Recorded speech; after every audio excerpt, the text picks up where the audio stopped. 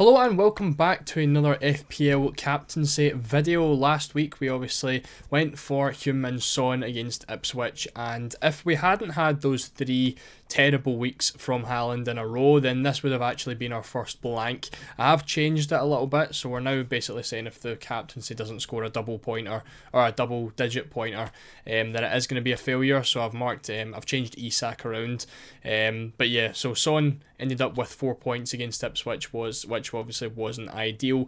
But to be fair, it's still a pretty decent track record. Unfortunately, we did have those 3 weeks picking Haaland where he blanked 3 weeks in a row. But outside of that, everything has went pretty decently. In game week 10, we obviously went for Salah, who picked up an 18 pointer, which was very nice. And let's take a look at who we're going to go for this week. So the four choices we're looking at this week is going to be between Mo Salah and Erling Haaland, of course, and our two extra picks are going to be Bruno Fernandes and Cole Palmer. Now, I decided to exclude Bukayo Saka, who is, one of your four main picks typically, because they're playing against Nottingham Forest this week, and Nottingham Forest are the second best defence right now in the league, and I decided I didn't want to go for him. I feel like Bruno Fernandes with the game against Ipswich is a little bit more of an interesting one to look a little bit into. Of course, Cole Palmer has to be there as well with the game against Leicester. So predicted points for this week, this is how it is looking. We do have a little bit again of a disagreement between Fantasy Football Hub and FPL Team. You can see on screen Salah has the highest expected points with 8 from Fantasy Football Hub, but he is actually only third when it comes to FPL Team this week with his fixture against Southampton away from home. The winner this week for FPL Team is going to be Erling Haaland. Imagine it is because he is the only player of the 4 picks that does have the home fixture, and I would, predict that that's probably what is giving him the high expected points. I imagine he would be quite a bit lower if it was an away fixture against Spurs this week, but he is fairly high still in Fantasy Football Hub in second, and he has obviously taken that number 1 spot for FPL Team.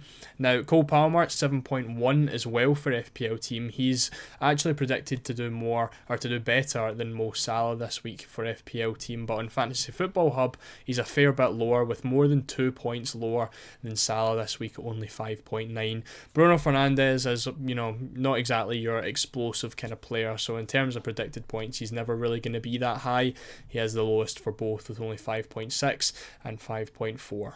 So a little bit of a change in X minutes this week. Usually we tend to pick 90-minute players, and the 4 on screen typically do tend to be 90-minute players, but Cole Palmer is down at 68 this week. Now, I imagine that is because he's flagged.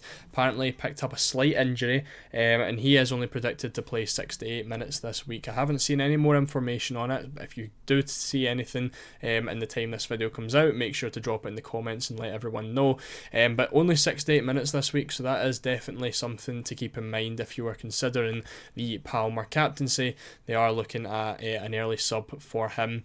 In terms of XG, Haaland is finally starting to come around to his XG. He's got 12 goals to an 11.1 expected goals. He is finally starting to even things out after a huge difference in the first couple of weeks this season. Salah at 6.5, followed by Palmer at 4.6, and Bruno, of course, who has been the underlying stats king, but the actual output has been fairly poor. He's at 4.0 for his XG. He has been a lot better recently, with a couple of goals and assists. He's now got 2 goals and 4 assists for the season. So again, a game against Ipswich is really where he can show where he can actually, make up for those underlying stats and get some returns. Speaking of returns, in terms of return chance, it is fairly close again at the top. Haaland is still down with the highest chance of returning against Spurs, probably having the worst fixture, well, definitely having the worst fixture of the 4 this week. Still has the highest return chance with 71%, closely followed by Salah at 67, who is also closely followed by Palmer at 64, and then Bruno Fernandes is a fair bit down that list at 52%. So for me, I'm slightly ruling out Bruno at this point. It does look like he could do well in terms of picking him as a captain, probably not as good as the other choices, but I do think he is still a good one to have in the team. In terms of set pieces, it is as it always is with Salah and Haaland on penalties. Haaland still listed as a free kick taker, but very unlikely to take many free kicks. Bruno Fernandes has the free kicks as well as the penalties, which does make him a really nice pick. However, Cole Palmer, obviously the best of the four when it comes to set pieces. He is the primary corner taker, the primary free kick taker, and of course the primary penalty taker. So that's where you get the advantage from him. However, of course, the X minutes is still something that you have to keep in the back of your mind. In terms of rest, obviously we're just off the back of an international break, so a lot of our players have played for the national team. However, Mo Salah was not in the Egyptian squad this week, so he has had a full week's rest with no international games whatsoever in preparation for this game against Southampton. And they do play on Sunday. It's the 2:30 kickoff, or the 2 o'clock kickoff on Sunday, so he is also getting an extra day over the likes of Erling Haaland and Cole Palmer. Norway played on Sunday, so again, essentially a full week for Haaland. England also played on Sunday, so a full week for Palmer as well. I say a full week, it's really like 5 days. It's enough for a football player. And then Bruno Fernandes, they played on Monday night. He also plays on Sunday, and it's the late kickoff for Bruno. Something else to keep in mind with Haaland and Palmer both playing on Saturday. Palmer is playing the early kickoff, so it depends how much you believe in the myth not to back the early kickoff. If you're thinking of a Palmer captaincy, we've got low X minutes and an early kickoff there, so a couple of things that you could potentially put some doubts in the mind over a Palmer captaincy. And then Haaland has the late game. It's the 5:30 fixture on Saturday night against Spurs.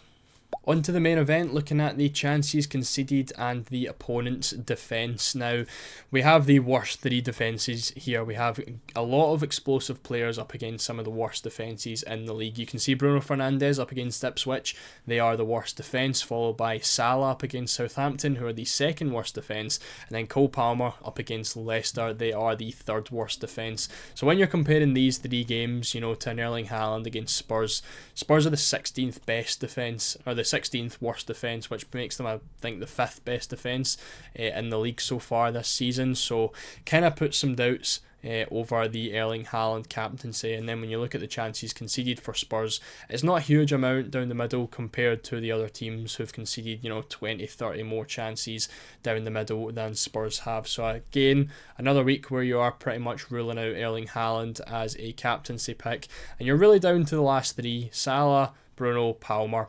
Now, when you consider the consistency and explosive, I don't know what the word is, the explosiveness of Bruno Fernandes, he's probably not someone that you want to be captain. And we mentioned it a couple of minutes ago.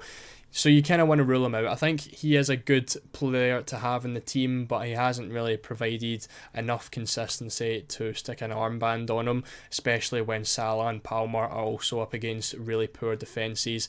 Then obviously considering Palmer has the low X minutes, plays the early kickoff as well, and essentially on paper is playing against a slightly better defence in Leicester than Salah plays against Southampton. That is where we come to our final decision in going for Mo Salah for game week 12. He does have the highest expected points on Fantasy Football Hub. He has the most rest, of course, not playing any games for Egypt over the international break, so he's going to be the most ready, the most rested for the game on Sunday, obviously on penalties as well.